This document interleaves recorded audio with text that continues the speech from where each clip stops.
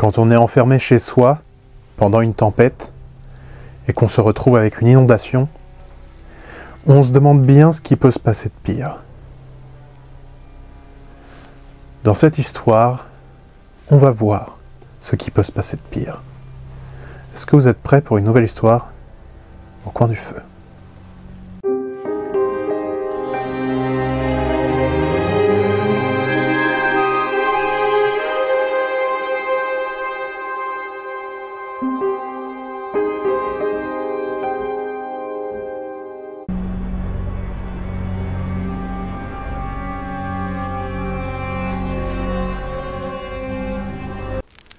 La tempête avait été une des plus violentes qu'on avait connues depuis plus de 50 ans.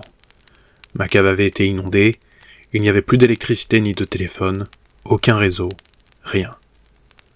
La pluie se calmait, le vent se posait, et je reprenais lentement le contrôle de mes émotions. J'essayais de réfléchir à comment j'allais me débrouiller, seul, chez moi, mon compagnon étant parti voir sa famille. Moi j'étais censé aller au travail, mais vu l'état de la maison, ça allait être difficile. J'avais passé la nuit dans le salon, emmitouflé dans un plaid, avec des bougies sur la table pour y voir quelque chose. Quand j'entendais quelque chose se décrocher, j'allais voir d'où ça venait, si je pouvais y faire quelque chose ou non. La plupart du temps, je n'y pouvais rien. Une fois que tout s'était calmé, j'ai fait le tour des dégâts. Dans l'ensemble, malgré l'inondation, on s'en sortait bien. Je suis allé dans la cave et j'ai observé le projet en réfléchissant à comment j'allais me débrouiller pour nettoyer tout ça. Je me suis alors dit que j'étais trop fatigué, que j'allais m'occuper de tout ça le lendemain. Je suis monté dans ma chambre et je me suis couché. Je me réveillai en sursaut quand la sonnette de la maison résonna. En me relevant, j'essayais d'allumer la lumière, mais elle ne fonctionnait toujours pas. Je restais perplexe un instant, puis je me suis souvenu que la sonnette fonctionnait avec des piles. Je me suis levé et je suis allé lentement, avec ma lampe torche, jusqu'à la porte d'entrée, descendant les marches lentement, bâillant, me grattant le torse. Arrivant derrière la porte, je me suis dit que ça devait être les gens des environs qui venaient voir si j'avais besoin d'aide. Je me suis dit que c'était gentil, ça ne me surprenait pas tellement non plus, tout le monde était gentil dans ce quartier. J'ouvris alors la porte, mais il n'y avait personne face à moi. J'avançais d'un pas, mais je ne voyais même pas un mouvement dans le jardin. Je restais pensif un instant, puis je refermais la porte. Je me disais que, peut-être, j'avais mis trop de temps à descendre et la personne qui a sonné allait voir ailleurs. Je suis allé dans la cuisine remplir un verre d'eau au robinet. En voyant l'eau marron, je vidai le verre dans l'évier et je le posai dans le bac avant de me frotter le dessus de l'œil. Je soupirais lentement en retardant le moment où j'allais devoir remonter les escaliers sans même avoir bu. Je sentais le sommeil qui venait lentement et qui me donnait envie de rester en place pour m'endormir là, tranquillement, quand un bruit me fit relever la tête. Un bruit venant de la cave. On aurait cru entendre des vagues. Je réfléchissais à ce qui pouvait provoquer ces remous. La pompe était-elle sur un générateur de secours qui aurait mis du temps à se lancer ? C'était probable. Je me levai et j'allais à la porte de la cave. J'ouvrais la porte, et c'est alors qu'en bas de l'escalier, alors que je braquais ma lampe torche là, je vis un homme lever la tête. Il avait des sortes de bandelettes sales sur le visage. Je restai immobile un instant, lui aussi, puis je vis, avec horreur, dans sa main, un couteau. Sans même réfléchir, je claquai la porte de la cave et je cherchais de quoi la bloquer, alors que j'entendais ses pas accélérer dans l'escalier. Je tirai une commode que je glissais derrière la porte, quand je sentis un choc contre la porte. Puis il se mit à frapper la porte. Je prenais tout ce qui se passait pour la bloquer, puis je m'adossai au mur en face, observant la porte vibrant sous les coups de ce fou. Puis les coups se stoppèrent. Je soupirai de soulagement avant d'avoir une peur. Il va passer par ailleurs. Sans même réfléchir, je me précipitai dans les escaliers et j'allais m'enfermer dans ma chambre, bloquant la porte avec un meuble. Je prenais mon téléphone et j'appelais le 17. Mais je n'avais pas de réseau. L'angoisse montait en moi, alors que je ne savais pas quoi faire, comment me sortir de cette situation. Je commençais à repenser à tout ce que j'avais mal fait. J'aurais pu essayer de me trouver une arme, de m'enfuir de la maison, prendre la voiture, tellement d'autres choix. Mais celui-ci était fait, je devais faire avec. Je regardais par la fenêtre. Je ne pouvais pas descendre par là. La fenêtre donnait sur la descente de garage. Je me briserais le cou si j'essayais de passer par là.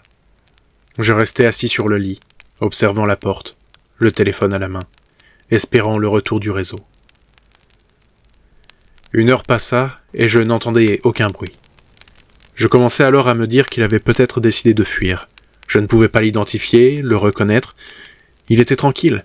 Peut-être allait-il chercher une autre victime. Sans bruit alors, je me décidai à lentement débloquer la porte de la chambre. Je retirai une chaise, puis les boîtes, puis finalement, le plus discrètement possible, la commode. Je regardais alors par la serrure, observant ce qu'il y avait de l'autre côté. Sans électricité et en pleine nuit, je ne voyais pas grand-chose, alors j'ouvrais lentement la porte et je me glissais dans le couloir. J'observais à droite, à gauche. Je retenais ma respiration alors que mon cœur battait dans mes tempes. Je me dirigeais vers l'escalier. La pâle lueur de la lune éclairait suffisamment par la fenêtre du couloir pour que je puisse voir plus ou moins où j'allais. C'est alors qu'en arrivant devant les marches, je sentis mon cœur tomber lourdement dans ma poitrine. Je vis des traces de pas humides sur les marches. J'entendis soudainement une respiration derrière moi. Je me retournai et j'eus à peine le temps de voir le reflet de la lueur de la lune sur la lame que je sautai dans l'escalier. La chute fut douloureuse, tandis que je dévalais les marches, mais heureusement pour moi, je ne me blessai pas. Au milieu de l'escalier, j'arrivai à me relever et je me précipitai vers la porte d'entrée. Je vis, avec horreur, que les clés n'étaient plus sur la porte.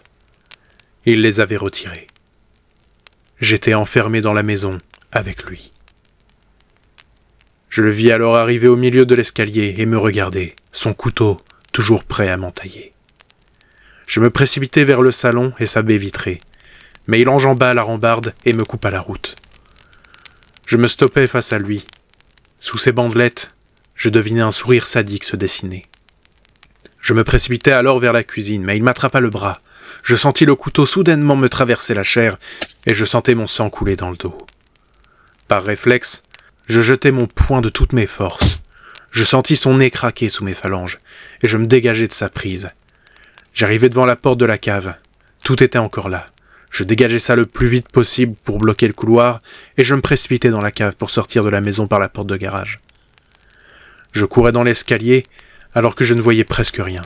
J'arrivai finalement dans la cave, mes jambes étaient dans l'eau. Je sentais des choses se glisser entre mes jambes, mais je passais outre ces sensations désagréables pour avancer vers la liberté. Dans l'obscurité maintenant complète, j'avançais difficilement, tâtant les murs et les meubles pour retrouver la porte de garage. Finalement, j'atteignais du bout des doigts le métal froid.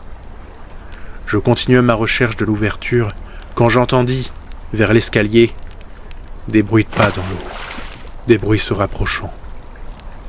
L'angoisse grandissait en moi alors que je cherchais la poignée de la porte. J'entendais sa respiration de plus en plus proche. Ses pas faisaient bouger l'eau autour de moi. Il venait pour finir ce qu'il avait commencé. Il allait me massacrer, là, dans ma cave, après la tempête. Personne ne retrouvera mon corps avant des jours. Il ne sera jamais attrapé. Je ne reverrai plus jamais mon compagnon. Je vais mourir seul, dans l'eau. Soudainement, j'attrapai la poignée. Je la serrai et tirai avec toute l'énergie du désespoir. Le mouvement de l'eau faillit me faire tomber. L'homme au couteau, lui, ne s'y attendait pas, et alors que la lumière rentrait dans la cave, je le vis basculer. Je me précipitai hors de la maison, jusque dans la rue. Là, au bout de celle-ci, je vis les pompiers. Je me précipitai vers eux, hurlant pour qu'on m'aide. Ils s'occupèrent de moi, alors que 2 d'entre eux faisaient le tour de la maison. Ils ne trouvèrent personne, mais dans la cave flottaient des bandelettes. De toute évidence, c'était pas la bonne maison où on restait pendant la tempête. Et vu le résultat final, ça aurait peut-être pas été si mal qu'il aille avec son compagnon pour voir la famille de ce dernier. Mais c'est quand même bizarre. pourquoi est-ce qu'il avait des bandelettes sur le visage? Qu'est-ce qu'il cachait? C'était pour cacher son identité? C'était pour cacher des blessures? C'était pour autre chose? C'est bizarre. Et pourquoi spécifiquement cette maison? Pourquoi beaucoup de questions et je le crains, très peu de réponses. En tout cas, dites-moi en commentaire ce que vous en avez pensé. Donnez-moi vos idées, ce à quoi vous pensez quand vous entendez cette histoire.